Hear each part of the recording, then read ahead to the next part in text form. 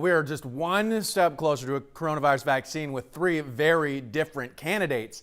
Our Cheryl Mercedes connects the dots on each option. It now looks like there are three coronavirus vaccines that could be approved soon. So how are they different? Let's connect the dots. The most recent vaccine news came from AstraZeneca and Oxford University. Researchers announced on average it was 70% effective. So why is it an average? They tested two different ways of vaccinating.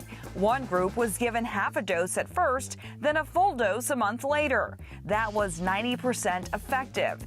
For another group, they gave them two full doses at least a month apart. That one was 62% effective, so the 70% is an average of the two groups. This vaccine is thought to be easier to distribute because it can be stored using normal refrigeration, around 40 degrees.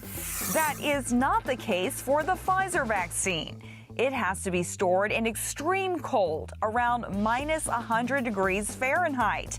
That's because they used a new way to make a vaccine, using messenger RNA to turn a patient's cells into factories to make one component of coronavirus, prompting an immune response. The company reports it is more than 90% effective. The Moderna vaccine uses the same approach, but only has to be stored at minus 4 degrees. The company says it is close to 95% effective. Pfizer and Moderna's vaccines are more expensive than AstraZeneca's, though federal officials have said no American will have to pay for a vaccine.